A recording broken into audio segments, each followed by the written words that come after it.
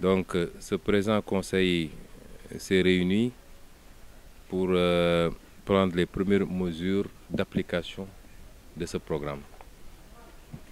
Il est, comme je l'ai dit, très volumineux et très ambitieux. On ne pourra pas prendre toutes les mesures qui doivent l'accompagner d'un seul coup.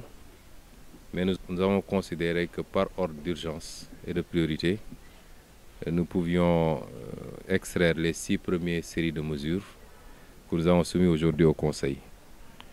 Je remercie tous les membres du Conseil parce que le quorum était largement atteint. Il y avait 74 présents et 75 même après sur les 80 conseillers.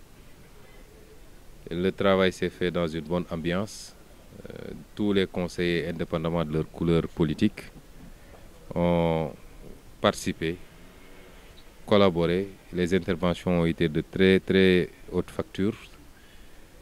Des questions ont été posées, des suggestions ont été faites et tous les conseillers sont restés jusqu'à la fin de la séance. Nous souhaiterions que cette atmosphère de travail puisse perdurer durant tout le mandat parce que quand on est élu, on est dépositaire de la confiance des Ziguinchorois et cette confiance, il faut la matérialiser par une présence assidue aux séances de travail. Des débats ont été très intéressants puisqu'il y avait un substrat qui pouvait constituer une base de travail. Et à l'issue de ces débats-là, les conseillers, quasiment à l'unanimité, sauf sur une seule question où il y a eu 2 réserves, mais à l'unanimité, les conseillers ont voté tous les points qui étaient soumis à leur approbation. Donc ça s'annonce sous de bons auspices.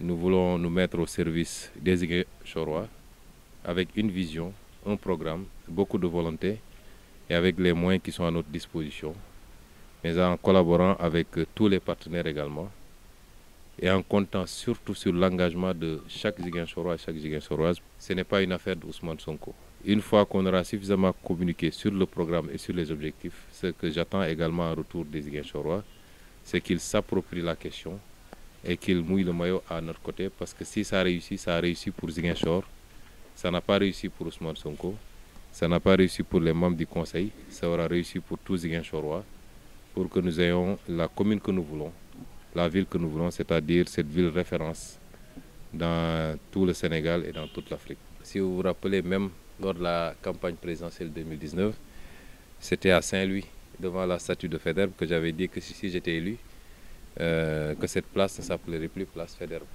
C'est la même chose ici. Je vous ai dit l'historique de la place Javelier. Le lieutenant Javelier était ici et commandait des régiments pour asseoir la colonisation par la force, taper sur tout ce qui était réticent. Je ne dis même pas à la pénétration française, mais tout ce qui ne voulait simplement pas payer l'impôt, etc. Et lors de la Première Guerre mondiale, il a recruté de force des indigènes ici à Bignona, qu'ils ont amenés en France et ils ont été tous massacrés, aucun n'est revenu vivant. Est-il normal que 64 ans ou 63 ans après notre indépendance, qu'il y ait une rue qui s'appelle Lieutenant Javelier? Est-ce que ça, c'est normal? Le cas, c'est Javelier et Lemoine, les 2 lieutenants. Le cas du lieutenant Triche, c'est la même chose. Ils ont fait des massacres ici à Djemberin. Ils ont tapé sur tout ce qui bouge. Des dizaines de personnes ont été tuées. La résistance s'est organisée. Il y a eu confrontation entre eux et nos grands-parents qui ont résisté malgré l'infériorité numérique et qui ont réussi à abattre le lieutenant Triche. Est-ce normal qu'on continue à donner le nom?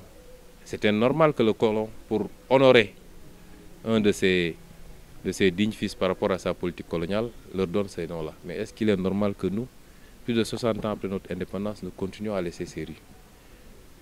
Quelle histoire voulons-nous présenter à nos enfants et nos petits-enfants? Ce que je suis en train de dire, peut-être très peu de Ziguinchorois le savent. Et donc, il est bon que les jeunes Ziguinchorois sachent que leurs grands-parents, ici à Séléki, en 1886, ont résisté, se sont battus et ont gagné. Ça, c'est extrêmement important. Donc, ce n'est pas de l'antifrancisme, mais c'est juste pour un devoir de mémoire et c'est important pour nous.